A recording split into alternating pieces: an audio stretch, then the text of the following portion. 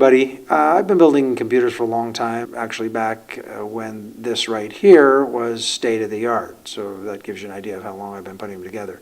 And, fixing them, rebuilding them, upgrading them, all that stuff. Recently I needed to put a new power supply in this one because I upgraded the video card and it required more power. So I thought, something I'll take a few shots and just show how I normally put these together. A few people I know have asked me, when I'm putting the power supply, what do I do with all these extra cable stuff, these connectors?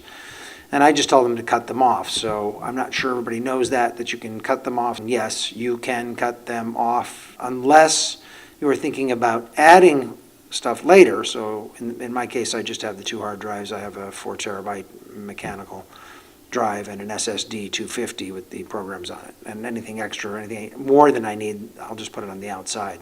So I'm not going to go back in this box. So I cut them off. You can see here where I cut them, very simple. I put some black masking tape over it, not even necessary. Once the stuff is plugged in where it's supposed to go, nothing's going to jump up and touch it and short it. So I wouldn't worry about that at all. That's just an over worry.